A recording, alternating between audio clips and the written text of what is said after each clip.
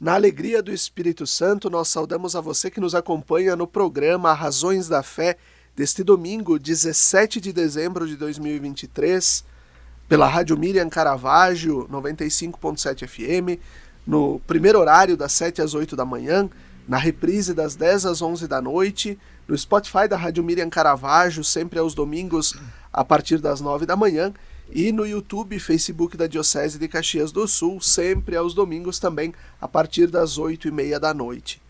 Também a TV Serra, canal 526 da NET, que nas terças-feiras reproduz o nosso programa. Nós estamos na edição de número 60 do Razões da Fé. Desde a sua retomada e hoje, ele voltou para a sua casa, onde nasceu lá nos idos finais dos anos 90, aqui na Rádio São Francisco, nos estúdios da tua Rádio São Francisco. Hoje nós viemos aqui gravar uma edição especial que roda neste domingo quase Natal, uma semana antes do Natal do Senhor, tempo do Advento, domingo da alegria. Nós viemos para falar sobre presépio, 800 anos de inspiração e tradição. E temos como convidados, então, primeiro convidado, o Frei Celso Bordignon, que é natural de Cachoeira do Sul, tem 44 anos de vida religiosa como frade capuchinho e 39 anos de sacerdócio. Está em Caxias do Sul desde o ano de 94, é mestre e doutor pelo Instituto Papal de Arqueologia Cristã de Roma, na Itália, e é o diretor do Museu dos Capuchinhos, o MUSCAP, aqui em Caxias do Sul, onde ele também ministra cursos e oficinas, além de atuação na pastoral das paróquias Imaculada Conceição e São Pedro e São Paulo da Terceira Légua, ambas atendidas pelos capuchinhos em Caxias. Olá, Frei Celso, obrigado pela tua presença. Tudo bem, vamos conversar então sobre essa questão do presépio, que eu acho que é muito importante esclarecer algumas questões, né, referentes a essa atribuição que se dá a São Francisco de ter inventado o presépio.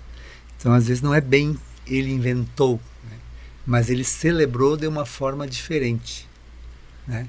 Então, a gente poderia conversar partindo disso, né? Perfeito. E nós temos como convidado também o Lucas Guarnieri, que é jornalista, especialista em televisão e convergência digital, e ele atua em consultoria de gestão e reputação, em projetos de comunicação corporativa e assessoria de imprensa. Ele tem mais de 15 anos de atuação em comunicação como jornalista e radialista, tem passagem pela gestão pública também. É um dos diretores regionais, na Serra Gaúcha, da Associação Rio-Grandense de Imprensa. Por 5 anos ele atuou na Pastoral da Juventude da Diocese de Caxias e atualmente, junto com a esposa dele, a Daniela, coordena a Pastoral da Comunicação, a PASCOM, aqui na Paróquia Imaculada Conceição e também na Paróquia da Terceira Légua. Olá, Lucas, obrigado pela tua presença. Olá, Felipe, olá, Frei Celso, obrigado pelo convite, né? Eu acho que a gente tem aqui um tema bastante relevante, né? E essa homenagem, né? Essa celebração dessa data dos 800 anos faz a gente revisitar, né, a importância do presépio e, sem dúvida, hoje aqui, ouvindo muito mais do que falar aqui, né, sobre o tema, né, ouvir também, especialmente todo o conhecimento e análise do Frei Celso, mas a gente também poder contribuir nessa análise também dos aspectos do que o presépio nos comunica, né, como imagem, como símbolo, como forma de comunicação do Evangelho para todas as nossas comunidades. Muito bom. O Papa Francisco, lá em 2019, ele publicou uma carta chamada Admirabile Signum, Admirável Sinal, sobre o presépio. E ele começa assim: o sinal admirável do presépio, muito amado pelo povo cristão, não cessa de suscitar maravilha e enlevo. Representar o acontecimento da Natividade de Jesus equivale a anunciar com simplicidade e alegria o mistério da encarnação do Filho de Deus. De fato, o presépio é como um evangelho vivo que transvasa das páginas da Sagrada Escritura. Frei Celso, O que São Francisco quis com a ideia do presépio? As fontes franciscanas, né, que são muito importantes, né, para a gente falar sobre qualquer fontes franciscanas e clarianas, né, que agora está completa. Eu acho que tem aqui os relatos muito próximos da morte dele, e Tomás de Celano, tanto Tomás de Celano como nas duas biografias que ele escreveu, que a gente chama de legenda, mas não é traduzido por lenda, muito errado. Às vezes você, a legenda. Legenda, a tradução certa é relato, não é lenda, como muita gente que não entende italiano traduz. Então, 2 relatos, 2 biografias, Tomás de Celano. Era frade, conviveu com São Francisco. São Boaventura, né? Depois tem a compilação de Assis, que é um escrito anônimo também, logo nos primeiros anos depois da morte de São Francisco. Então lá eles relatam como São Francisco, 3 anos antes da sua morte, celebrou o Natal. Então ele tinha um nobre chamado João Ingrécio, ou Grécio também, talvez do português, né? Mesma palavra. Ele pediu para esse nobre, que era amigo dele, era um homem de uma bondade, generosidade, de uma nobreza grande, de alma também, não era só porque tinha posses, né? Que preparasse um lugar para ele celebrar aquele Natal de 1223. Um local que lembrasse aquilo que o Evangelho fala, né? Então a tradição sempre diz que ele nasceu num estábulo. Se era uma gruta, se era uma choupana, se era uma cabana, não interessa, era um estábulo.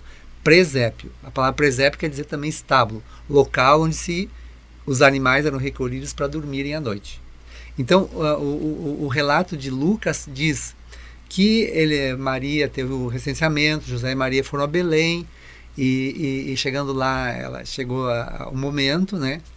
E ela deu à luz a seu filho, enfaixou em faixas e colocou na manjedoura, né? Isso é no presépio, né? O estábulo, porque não havia lugar para eles na hospedaria, mas não existia hospedaria. Na verdade, uma tradução mais recente, inclusive da CNBB, diz não havia lugar para eles na sala. José foi para Belém, se hospedou na casa dos familiares. Como tinha muita gente e as casas tinham uma peça única, todo mundo comia, bebia e dormia naquele local único. O único lugar reservado que tinha era o estábulo. Era atrás da casa onde se guardavam as ovelhas e os animais.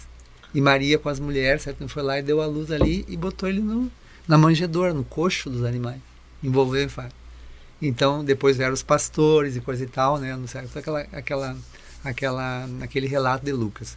Então o que São Francisco quis fazer? Ele quis sentir um cenário, dentro de um cenário, sentir a mesma coisa que ele diz assim, quero sentir o que aquele menino, ele diz assim, ó, se deseja, ele diz para esse nobre, se deseja que celebremos em Grécia o presente festividade do Senhor, apressa-te em preparar diligentemente as coisas que te digo, pois quero celebrar a memória daquele menino que nasceu em Belém e ver de algum modo com os olhos corporais os apuros e necessidades da infância dele, como foi reclinado no presépio e como estando o boi e o burro foi colocado sobre o feno.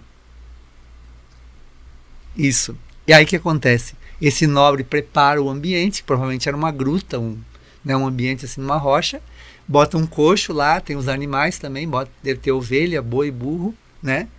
E só o berço, né? A cocheira, a manjedoura, como se diz, né? Onde os animais comiam. Não tem um menino deitado no berço, não tem uma mulher que representa Maria, nem um homem que representa José.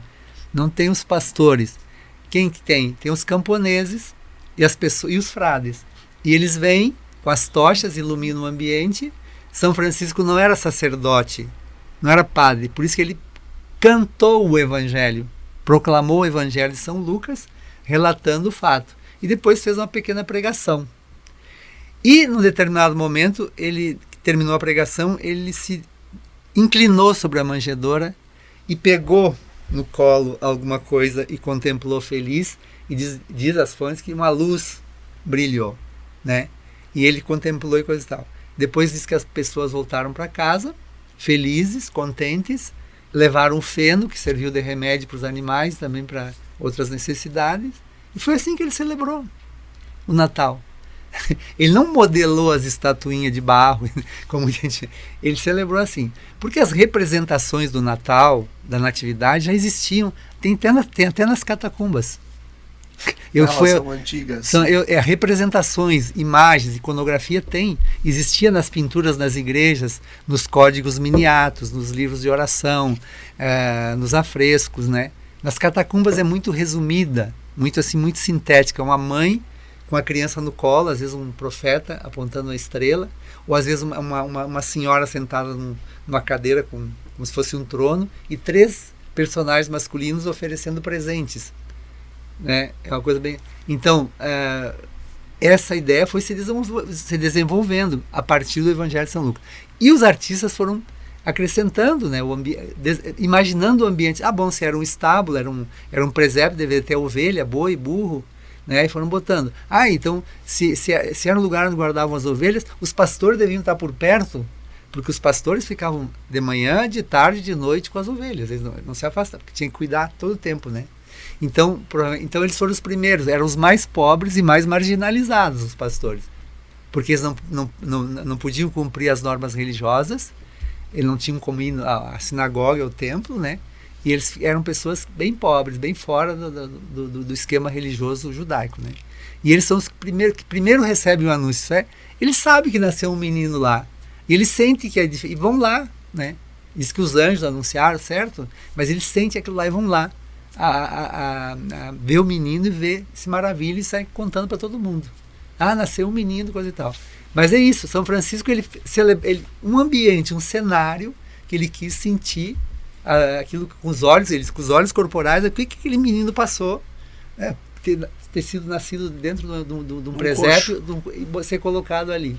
É isso que ele fez. Muito bom. Que bom esse contexto histórico, e é sempre bom a gente recordar e conversar com quem conhece também da história e da arte, da arquitetura. Lucas, na carta ainda do Papa, ele segue: diante do presépio, a mente corre de bom grado aos tempos em que se era criança e se esperava com impaciência o tempo para começar a construí-lo. Essas recordações induzem-nos a tomar consciência, sempre de novo, do grande dom que nos foi feito, transmitindo-nos a fé, e ao mesmo tempo fazem-nos sentir o dever e a alegria de comunicar a mesma experiência aos filhos e netos. Não é importante a forma como se arma o presépio. Pode ser igual ou modificá-lo a cada ano. O que conta é que fale a nossa vida, como o Frei Celso trouxe. São Francisco queria olhar e sentir com o olho humano o que Jesus viveu e passou. Um dos aspectos estudados pela comunicação é a semiótica. Imageticamente, o que os elementos que compõem o presépio vão nos comunicando?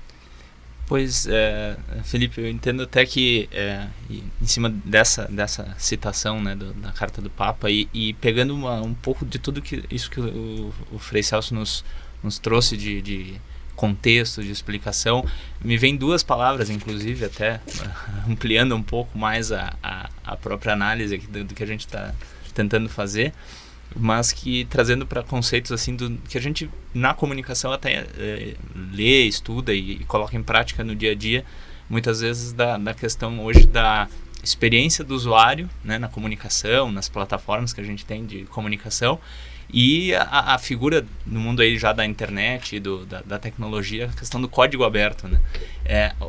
A concepção do presépio não deixa de ser uma experiência do usuário, de alguma maneira, e um código aberto, né? No sentido de que o princípio justamente não era ser fiel a um escrito bíblico ou ser fiel a uma imagem que já se tinha, mas a tentativa de uma transformação, de uma experiência, de tornar uma experiência viva de comunicação. Sim. Comunicar de forma viva aquilo que se quer transmitir, e que já de algumas outras formas já estava sendo transmitido, né? Sem montar disso uma regra fechada, né? Sim, eu acho de uma riqueza muito grande o presépio. E ele tem que ser atualizado também, sabe? Claro, não pode faltar Jesus, né? Na montagem dessa, né? Mas eu acho assim, por exemplo, eu vi, por exemplo, um presépio palestino. Menino Jesus está no meio das ruínas, com todo mundo assim com medo, atualizado, né? Porque o drama de Jesus se repete em cada pessoa, cada ser humano. Você tem que atualizar. Não adianta ficar só contemplando aquilo lá por contemplar, mas tem que atualizar. Por isso que existe tanta criatividade. Por exemplo, no Museu dos Capuchinhos tem uma exposição de presépios, né, que abriu dia 6. Nós procuramos, assim, numa colecionadora, os tipos mais diferentes. Cada cultura representa com os elementos da sua cultura. E cada tempo, cada época, também insere elementos. Porque se Jesus se encarnou, ele se encarna nessa realidade que nós estamos vivendo hoje também. Então, eu sei que tem muitos presépios que são polêmicos, né? Tem o Museu dos Presépios agora deixa eu lembrar o nome depois. É dos franciscanos. Eles têm o Museu dos Presépios em São Paulo. É o Frei Roger que cuida desse museu. Ele apresentou uns presépios lá ele levou para o Convento Santo Antônio, no Largo da Carioca, uns presépios bem polêmicos, né? Então, assim, as pessoas não entendem, elas não fazem aquela reflexão de atualizar, né? Porque, na verdade, o que é? Imagina um pai e uma mãe pobre, Jesus, Maria e José, que não tenham um lugar, o mínimo, com as mínimas condições, nasce do máximo da pobreza, mas do máximo da simplicidade, né? Mas o milagre é a vida desse menino, né? Então, assim como o milagre é da vida de muitos meninos que nascem, crianças que nascem hoje, né? Então tem que também atualizar. Não adianta representar todos os anos do mesmo jeito. Tem que ter alguns elementos da realidade que nós vivemos também. E se tu estudar na história, tu vai ver. Na Idade Média tinha elementos que eles colocavam. No Renascimento, elementos do Renascimento, do Barroco, e hoje, qual é os elementos que nós colocamos para enriquecer, para nos colocar dentro? Nós nos colocamos dentro. Ainda hoje, por exemplo, no tempo da pandemia, nós víamos que em muitos lugares se fez o presépio solidário, se encheu o presépio até de alimentos que depois foram doados. Isso é perfeito. Porque esses elementos. Quem são os pastores hoje? Quem são os magos? Quem são os sábios que vão? Quem são tudo isso, né? E assim a gente conclui o primeiro bloco do nosso programa Razões da Fé deste domingo, dia 17 de dezembro. Fique com a gente, até daqui a pouco.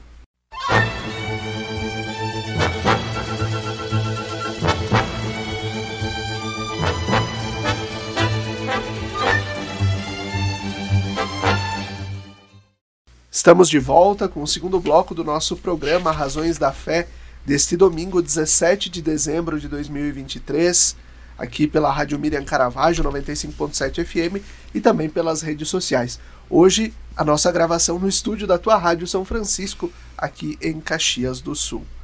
Nós temos como convidados para o nosso programa de hoje o Frei Celso Bordignon e o jornalista Lucas Guarnieri. Nosso tema de hoje: Presépio, 800 anos de inspiração e tradição. Frei Celso, como a simplicidade, ou melhor, como o presépio pode nos ajudar a transmitir a fé às novas gerações a partir da simplicidade e da nobreza do abaixamento de Deus? Exato, eu acho que o presépio é para ser contemplado também, para ser refletido em primeiro lugar. Não é simplesmente achar que é bonito ou é feio, mas é para a gente refletir. Por isso que eu falei da questão de colocar elementos do nosso tempo também junto com aquele fato que aconteceu há tanto tempo. E eu acho que a solidariedade, né, certamente, né, aconteceu a solidariedade dos pastores que foram lá, o encontro das mulheres. Maria não deu à luz sozinha, né, não tinha como, né? Então, teve solidariedade, teve simplicidade, teve, assim, como é que eu vou dizer, o máximo do rebaixamento, né, de um Deus que se faz pessoa, né, em Jesus, né, que vem ao nosso encontro, né, o Emmanuel, Deus conosco. E também eu penso assim, que o ambiente do presépio tem que ser muito simples.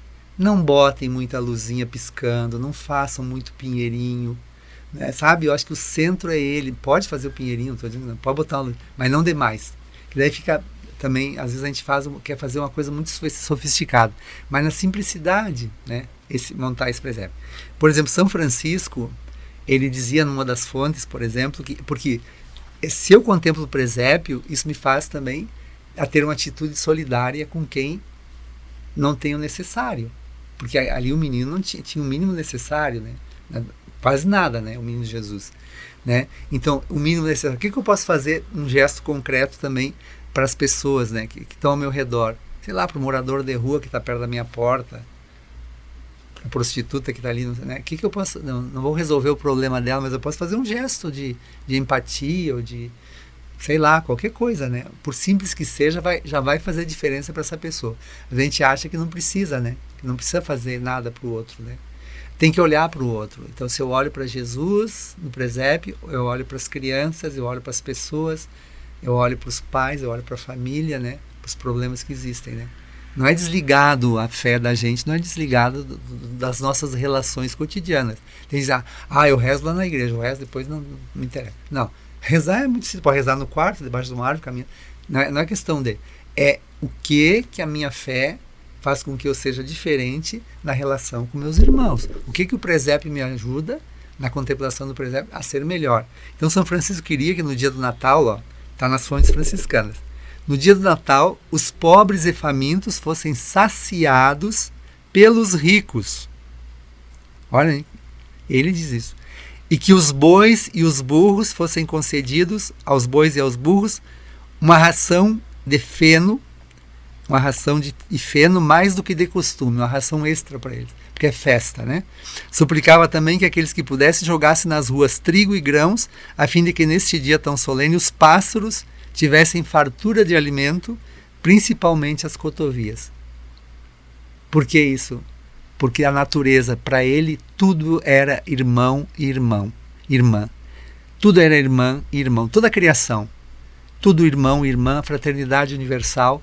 Ele queria que todos nesse dia festejassem, até as cotovias, que ele amava esses passarinhos, um passarinho comum, tipo um pardalzinho, né?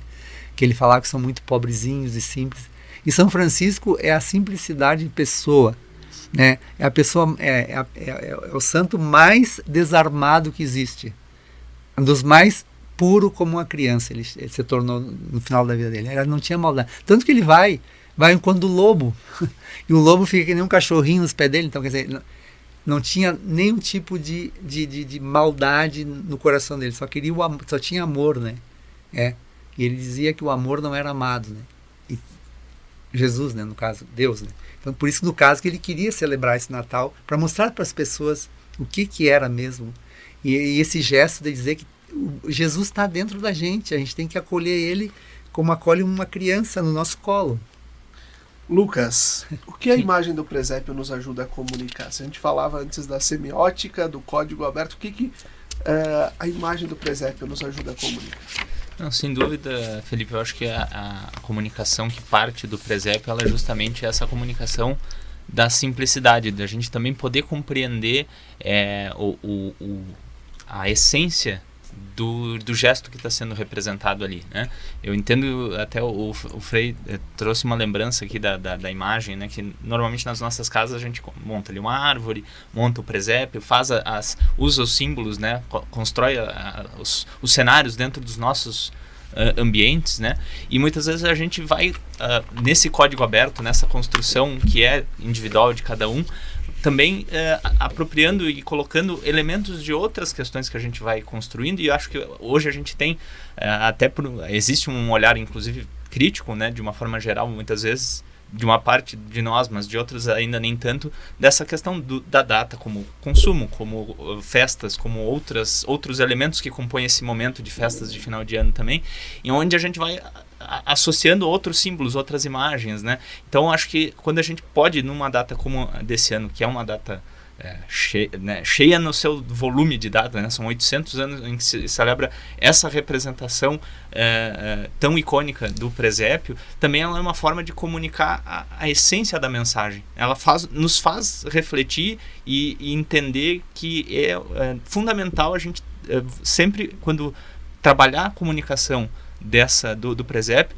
não deixar de esquecer qual que é a essência da mensagem que se quer transmitir com isso, porque sem dúvida cada vez mais a gente, quanto mais vai evoluindo enquanto sociedade, vai tendo mais acesso a mais formas de comunicação, mais acesso a conteúdos, a formas de expressão cultural de inúmeras sociedades. Daqui a pouco a gente está, né, misturando cada vez mais coisas, mas se a gente não deixar se perder a essência da mensagem, esse código aberto pode ser cada vez novamente reinventado, reconstruído, repaginado, porque de uma certa forma foi isso que São Francisco quis transmitir no ato dele, e que de alguma maneira ano após ano vem ganhando cada vez novas e maiores proporções, né, Frei? Sim, não se esgota nunca, né?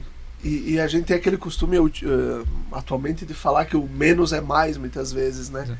E a simplicidade da comunicação, a simplicidade da organização daquela representação de São Francisco.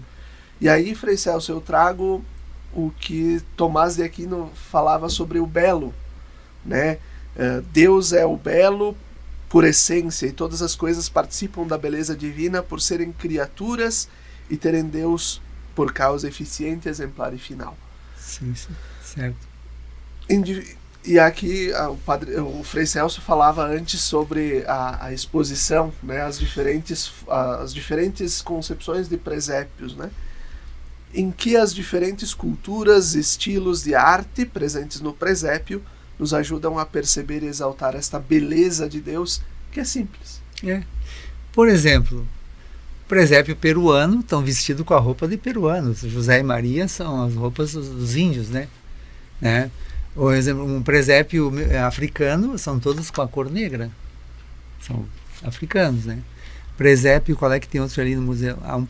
Tem um presépio muito realista ali também, que o menino Jesus está nu, completo, com todas as partes, porque tem algumas estatuinhas do menino que não tem os genitais, né? Porque não pode, entendeu? Mas ele está completo, está nu em cima do berço, como um ser humano, homem, né? Um menino, né? Outros, assim, por exemplo, tem peculiaridades de presépios diferentes. Tem o galo, não tem o boi e o búfalo, tem o galo cantando lá.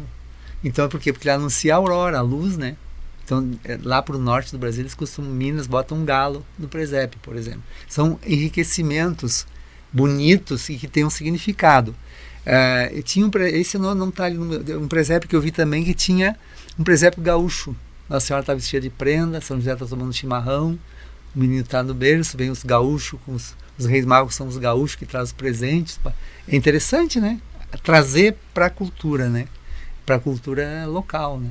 E não desmerecem nada. Né? Porque de alguma maneira, se a gente fosse imaginar que Jesus nasceu numa Belém de uma cultura de 2000 anos atrás, de uma outra composição geopolítica de sociedade, se ele nascesse de fato no interior do Rio Grande do Sul, certamente seria, claro, dessa forma como a gente está visando. Então daí traz para a cultura, né? Porque Belém era periférica, era uma cidadezinha não muito importante. Por que ele não nasceu em Jerusalém? No templo, sei lá, não. Não nasceu no templo, em Jerusalém, no Palácio do Herodes, nasceu lá, retirado, né? Então, isso também é um dado. No fundão de tudo. No fundão de tudo. Lá em Belém, uma cidadezinha, né? E isso nos ajuda a falar da beleza de Deus? Sim, claro. A beleza de Deus é simples. Ela é simples, ela fala direto ao nosso coração. Nada, eu acho assim, essas coisas grandiloquentes, como se diz, né? Estupefacentes e cheias de luz e brilho, eu acho que não. Às vezes isso dá uma ideia errada também da arte sacra, né?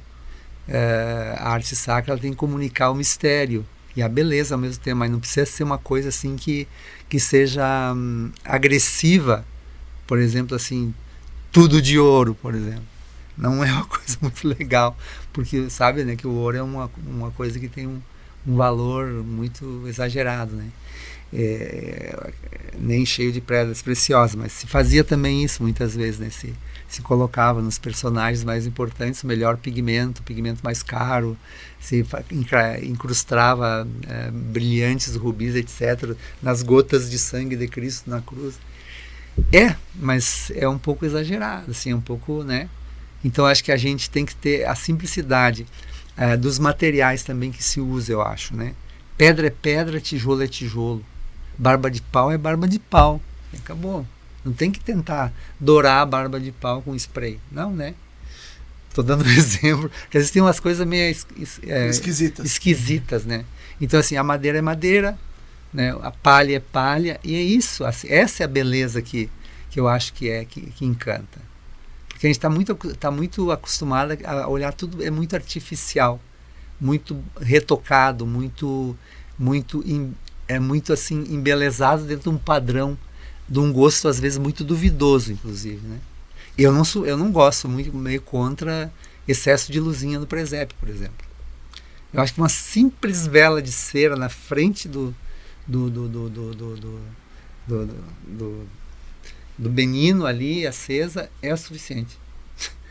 Não precisa ter um monte de coisa piscando e arranhando. Não, né? Para dar um exemplo, né? Porque às vezes o excesso, como tu disse, né? O excesso ele desvirtua e desvia a nossa atenção. E como é que nós podemos, ainda hoje, ajudar as crianças a entenderem essa importância que tem o presépio? Claro, o presépio, nós iniciamos o ano litúrgico há pouco. Uhum. Né? Tudo é um processo que vai nos levar ao centro da nossa fé, que é o mistério da Páscoa de Cristo. Uhum. Mas como nós podemos ajudar as crianças a entender? Olha, eu dei uma ideia interessante aqui na paróquia, parece que estão seguindo. Que cada domingo, colocar primeiro domingo, o cenário com os animais. Segundo domingo, vão colocar durante os pastores. O terceiro domingo, José e Maria. E no último domingo, ou próximo Natal, o menino Jesus e o anjo, né? O divino. Então começa com a natureza, as pessoas, né? José, Maria, e depois a manifestação de um modo pedagógico, né? Mas as pessoas têm tanta pressa que às vezes eles montam tudo já antes e tem que estar tudo lá e não querem mais, deixa lá, aquilo lá está pronto e deu. Eu acho que tinha que ter um pouco de didática também, nesse sentido, de explicando quem são os pastores, o que é a natureza que a gente tem que cuidar, entendeu? Exato. A natureza participou disso, os animais estavam ali, os pastores, o dado divino, os anjos que cantavam, que anunciaram, coisa e tal, José e Maria, né? O pai e a mãe que acolhem essa criança e coisa e tal, né? Os magos que vêm depois, os sábios que procuravam a luz, né? Os outros povos, né? Então eu acho que tem que também para as crianças explicar. Uma vez uma menina disse, montamos o presépio, Frei Celso, e tá bonito. Tá, tem bichinho, bastante bichinho, não sei o quê, mas falta o menino Jesus, nós não temos. Daí eu disse, mas você tem como? Então, vamos pedir pro papai comprar uma imagenzinha para botar lá, né? Que ele é o centro, né? Exatamente. E em todo esse processo de construção do presépio, em muitas das nossas comunidades a gente também coloca em frente ao altar ou perto do altar, sim, a própria manjedoura vazia, né? Sim, isso é muito bonito. No tempo do Advento. E no tempo do Natal, e aí quando no tempo do Natal se coloca muitas vezes o evangeliário, o lecionário, ou a própria Bíblia, né? Eu acho que também esse símbolo do verbo que se faz carne. Eu me lembro quando eu era criança, isso faz muito tempo, com a missa em latim ainda, nós íamos na missa da meia-noite e ficava dormindo, mas para nós o maior acontecimento era ir em procissão com o padre cantando Noite Feliz por dentro da igreja e levar o menino Jesus no presépio. Aquela criança que tinha a tarefa de botar, era uma emoção muito grande, porque estava vazio. Então naquela noite ele disse, vamos botar ele no presépio, na manjedoura, né? Então isso ficou até hoje comigo, sabe? Ficou até hoje, nunca mais me esqueci disso. Essas memórias afetivas. E em casa nós demorávamos um mês quase para montar tudo, para fazer os laguinhos, fazia não sei o que, né? E era um presépio simples de papelão que tu abria, tinha todos os personagens, né? E a minha irmã pintava um galho seco, quando não tinha um galho de pinheiro, botava as bolinhas, nem luzinha tinha, né? Mas era uma festa, era uma alegria, era uma coisa assim vivida, sabe? Com todo carinho e respeito, né? Eu acho que tem esse lado afetivo, amoroso, simbólico, muito forte, sabe? Você que nos acompanha em casa também tente puxar pela memória a montagem do presépio na sua casa, na tua infância, como era, né? tinha presépio? Como é que vocês faziam, né? E hoje, como é que você faz na tua casa, ensina os teus filhos, netos, os teus familiares a preparar o presépio? E assim a gente conclui este segundo bloco do nosso Razões da Fé, deste domingo 17 de dezembro. Fique com a gente, até daqui a pouco.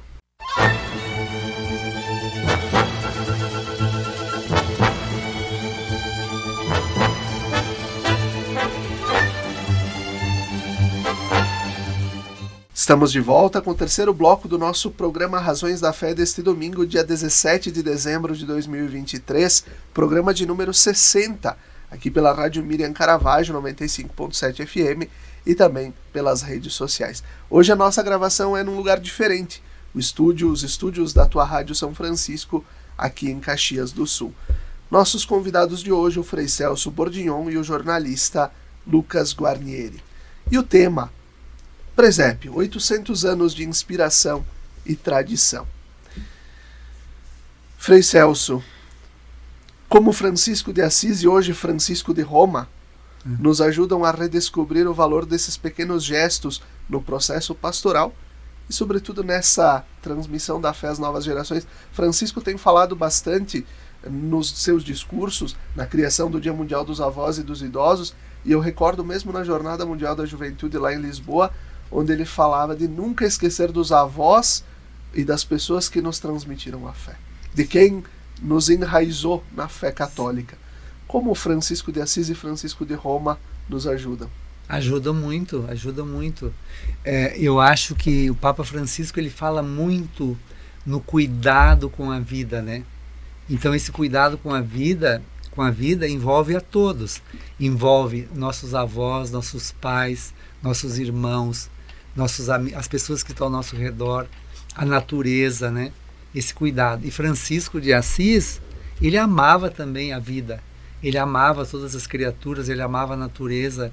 Todo mundo, como eu disse, no Cântico das Criaturas, ele chama todos de irmão e irmã. Começando pelo sol, irmão lua, irmã água, irmã morte no fim, né? Por isso que às vezes tem uma caveira, uma caveira do lado dele, e a pessoa, tem uma caveira. Não, é porque ele chamou a irmã, ele acolheu a irmã, a morte como irmã, né? Então o cuidado pela vida, eu acho que Francisco também tinha um cuidado. Porque no início da conversão de Francisco, ele não foi conversar com os passarinhos. Ele foi cuidar dos leprosos, que eram os mais marginalizados. Ele cuidou um tempão dos leprosos e reconstruía a igrejinha de São Damião, que estava em ruínas. Que ele sentia que Deus chamava ele para reconstruir a igreja. Aquela da Porciúncula. Não, a Porciúncula é depois. É São Damião, a primeira. Depois também a Porciúncula era abandonada. Era uma igrejinha lá no meio do mato, quase um capitel. E aí eu era dos beneditinos, parece, eles doaram para São Francisco cuidar, e a Santa Maria dos Anjos, né? E daí ele tinha esse cuidado, então ele cuidava dos leprosos e reconstruía a igreja. Cuidado com a vida, né? E nesse processo de conversão dele, ele vai demonstrando como o outro, como é importante, né? E ele transmitia a fé simples para as pessoas com a pregação mais simples possível, né? Muito mais, ele dizia assim, quando o teu exemplo, o teu procedimento não é suficiente, então você use as palavras. Ele pregava pela vida, pelo modo como ele se posicionava diante do outro ser humano, diante da natureza e na relação com as pessoas e com Deus, né? Então era isso, né? E eu acho que ele nos ensina isso, nos ensina a solidariedade, o perdão, o amor. O amor, eu digo, se você tem fé, diz que tem fé e não tem amor no coração, é aquilo que o Frei Beto disse numa palestra que eu fui dele. Fé sem amor é idolatria. O amor tem que estar junto com a fé, separado não, né? Ele pode viver só por ele também, só eu amando as pessoas.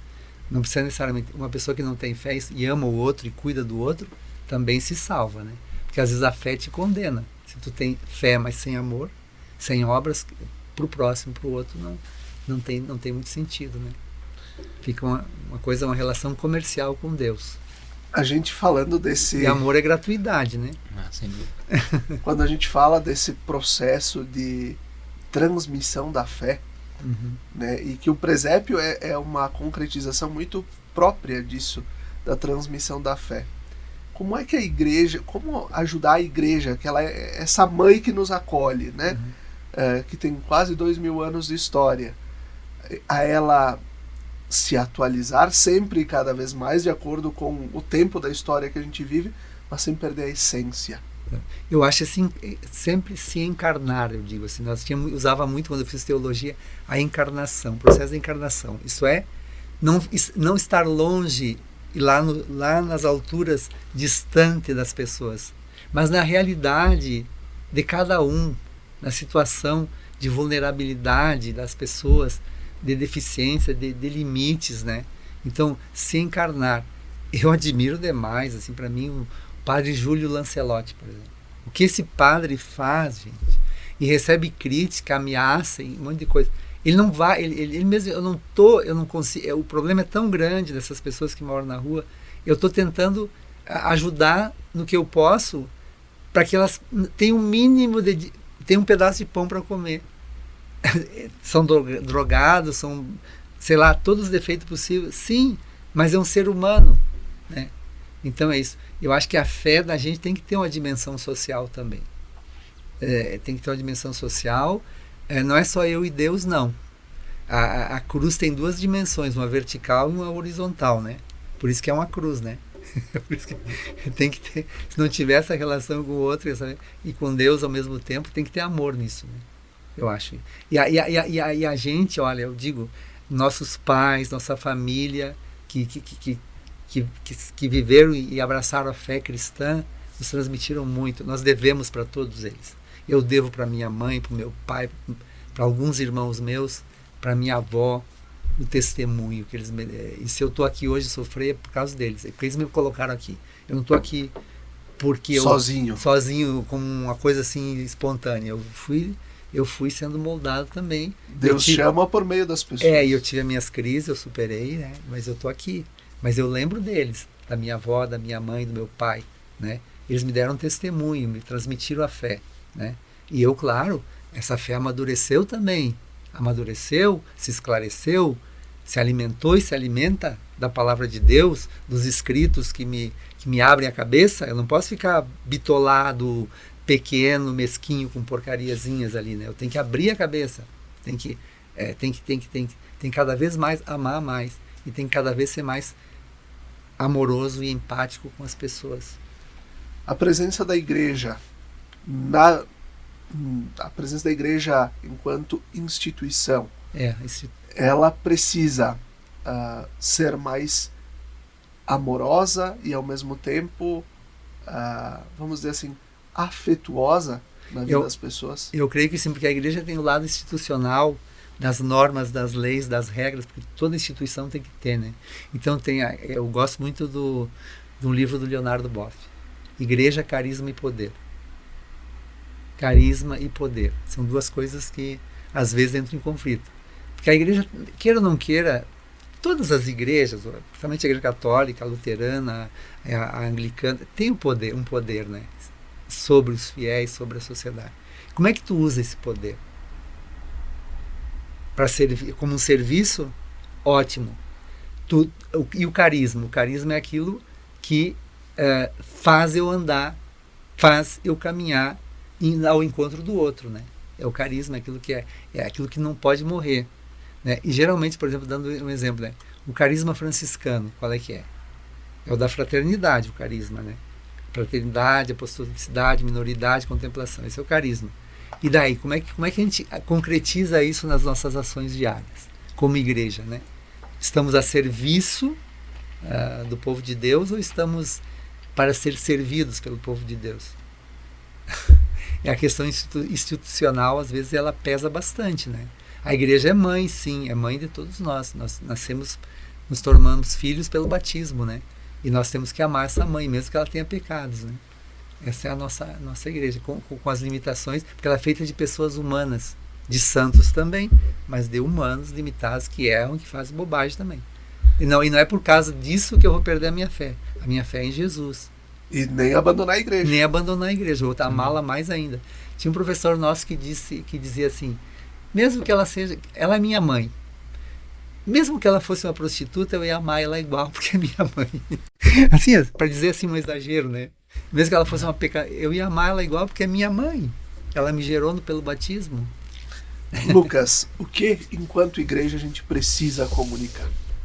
Sem dúvida, acho que aqui a gente repetiu algumas vezes uma palavra aqui que é fundamental, que é o amor, né? E eu acho que essa é a grande expressão que precisa aparecer em cada forma de comunicação, né? E agora até com o próprio exemplo do Natal, a gente pode fazer aqui, trazer como relatos por ações que as próprias paróquias aqui, né? Que o Frei, obviamente, que atua enquanto sacerdote, enquanto Frei, mas eu, minha esposa, enfim, as pessoas, os leigos que estão no dia a dia também no seu trabalho comunitário, os relatos que a gente pode construir, né, a gente traz na comunicação essa essência, sempre uma comunicação amorosa, uma comunicação que tenha como grande princípio o envolvimento daquela comunidade, né?